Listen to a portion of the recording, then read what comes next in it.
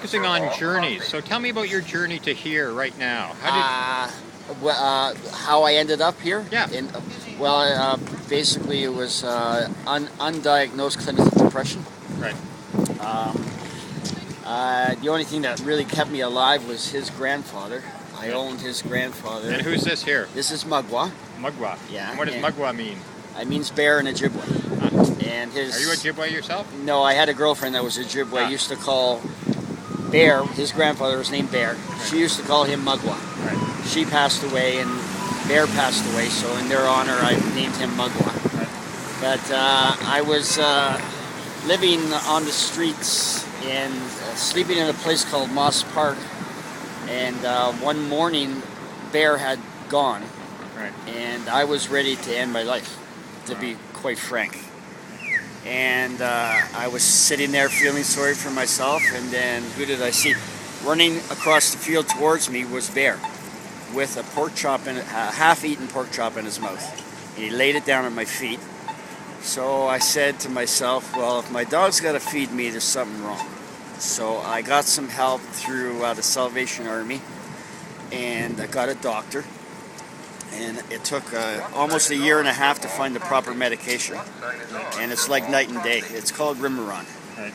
And about a year and a half ago, Streets to Homes got me a place to live. And his father, Bear, died indoors at 14 and a half years. Wow. Streets to Homes helped me get disability. What really put me on the street was an industrial accident that hurt my back, and I couldn't work, and my depression doubled. Sure. That would happen. Yeah. And then I lost. When you're unemployed and you're depressed, your circle of friends shrink, because you're not making the money they make. And the last thing, I used to live in Mississauga at the end of my marriage, and the last thing was I went over to a friend's house to watch football, and when he opened the door, he says, every time I see you, I wonder how much it's going to cost me. So I've never saw my friends after that. I just turned around and walked out. There's no services in Mississauga for down and out people.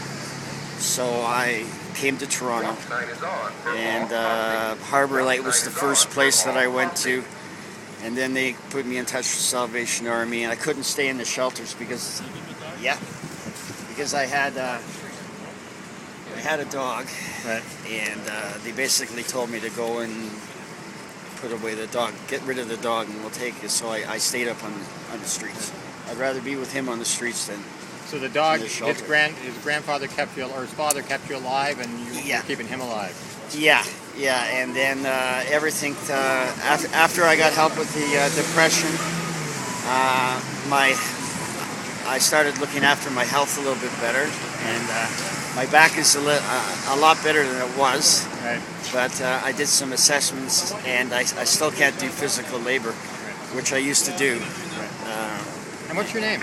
My name is Rick. Ricky? Rick.